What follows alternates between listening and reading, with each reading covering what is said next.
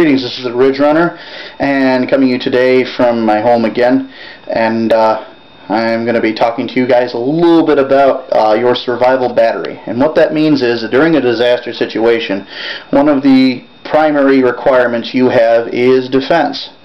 I will be covering a lot of the other requirements in their very basic form in other episodes. But today, because I had them near me, I want to cover your basic defensive capabilities. Now, these are your lethal defensive capabilities. There should be some non-lethal defensive capabilities, which also will be covered in another episode. But today we'll deal with your basic survival battery. Now, this isn't what Rambo might carry. This isn't the tactical method. That might border on it at some points, but this is primarily what the average Joe would want to have on hand to protect his household from looters and thieves and other miscreants that will take advantage of a bad situation to try and make a buck or gain some sort of an advantage. Today we'll talk first about these items right here. What you have are two 12-gauge pump-action shotguns. Now, say what you want about all kinds of other firearms, but this is my personal preference for a basic defensive firearm. It isn't glamorous. You notice there's not much sticking up off of them, and there's no pistol grips. I do have a few odds and ends here. First one we'll deal with is the Remington 870 12-gauge. Okay, these guns can be had inexpensively. This one's a used model I picked up recently, and when all was said and done, it cost me $185. It came with a slug barrel. This one was a rifled slug barrel. I'm replacing it with a smoothbore slug barrel, and I'll talk to you about that in a few minutes. But it comes with a standard wooden stock, and it is a Remington 870 Express Magnum. Now, what that means is that it can take 2 3/4 inch and 3-inch shotgun shells. And what that means is it can take the higher pressure shotgun shells that a lot of times are used in defensive situations. That is an advantage because you can pick up just about any 12-gauge shotgun shell, put it in this weapon, and it will fire it without you worrying too much about safety issues. And safety is obviously an important thing. Oh, speaking of safety, just so that you guys won't ask questions, I will show you that the actions are both open on these, and there's nothing in the chamber. And I have in fact cleared the magazine as well. There is nothing in either magazine. And as you can see, I just did it again, just for your own edification. This next one down here is a Mossberg 500 12-gauge. This is their Persuader model. Well, I don't really see much difference between it and some of the other models. It has an 18.5-inch tactical barrel. This tactical barrel is a smooth bore and has a kind of a fiber optic bead sight on the end. That basically means it picks up the light a little bit and you can see a little better.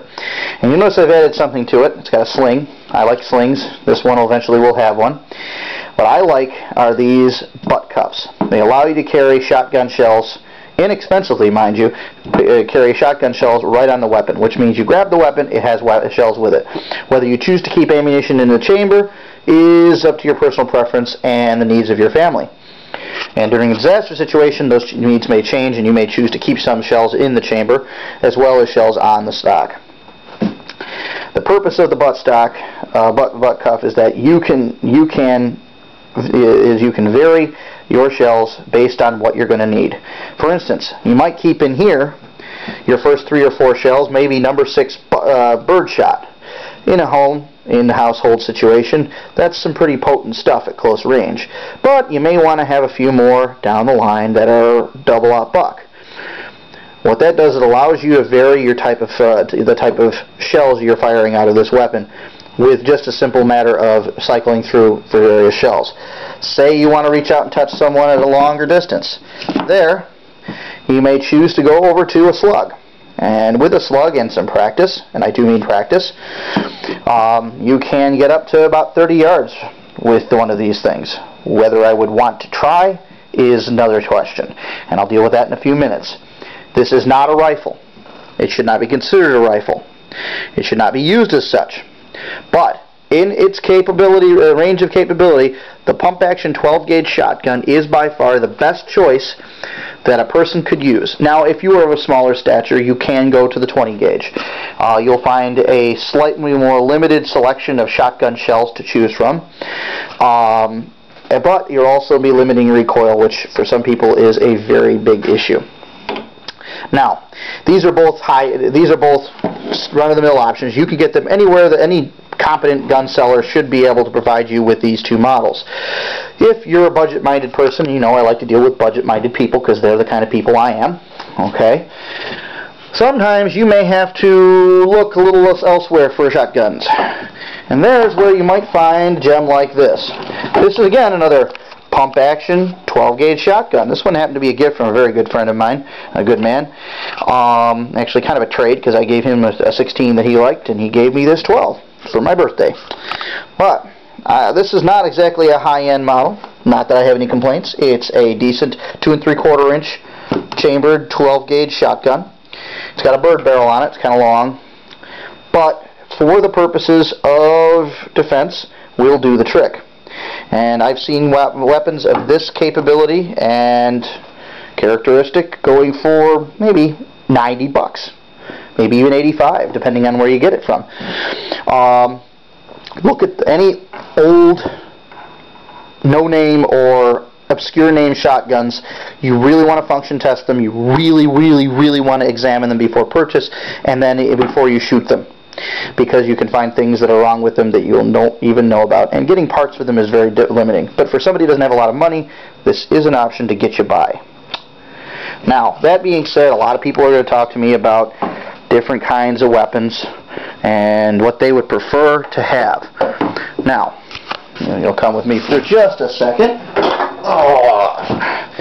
This is what I recommend people start with. And in fact, this is the basic model Ruger 10-22 carbine. Alright, it's a 22 caliber rifle, and this is a great little game getter. It can be used in a defensive role. It's a semi-automatic 10-shot magazine fed weapon, and really comfortable to shoot. Obviously 22 caliber, making it very low recoil. Actually, there's no recoil to speak of on this. And in fact, if you were to combine either of these two shotguns with this, this would be considered for me the basic survival battery right here, because it will give you defensive and game-getting potential. Okay. All that being said, there are people out there, myself included, that would prefer something a little more meaty in the defensive capability. And therefore, if you'll give me a second, I will reach back over again, and I will come over here with this model right here. This is an Armalite AR-15 carbine. It's a M4C specifically. And this is not a low price point option. What it does give you is the ability to interact with military style ammunition and magazines. It is incredibly accurate. And you have the ability to have high capacity magazines such as this one here. Now again, I have cleared this weapon. I am not going to joggle this camera around anymore to show you, but I have cleared this weapon prior to this show. And but the nice thing about something like this, the advantage of this is it will allow you to engage targets at farther than 30 yards. 12-gauge shotgun will not do that reliably. And for that reason alone, I say that a centerfire rifle of some type is a good option. Okay, but this is expensive and difficult and until you've been trained on it, it's not the easiest gun to learn to shoot. So I would recommend you stay away from it. In terms of things to hang off it, I got very little time left here. Things you want to hang off of these weapons, I would not go too much farther than a tactical light. People love to put stuff on their guns. They see these soldiers with everything from the kitchen sink attached to their weapon. But other than the light on this rifle, which goes towards one of the cardinal rules of gun safety, know your target and beyond. I do not like putting things on my weapon.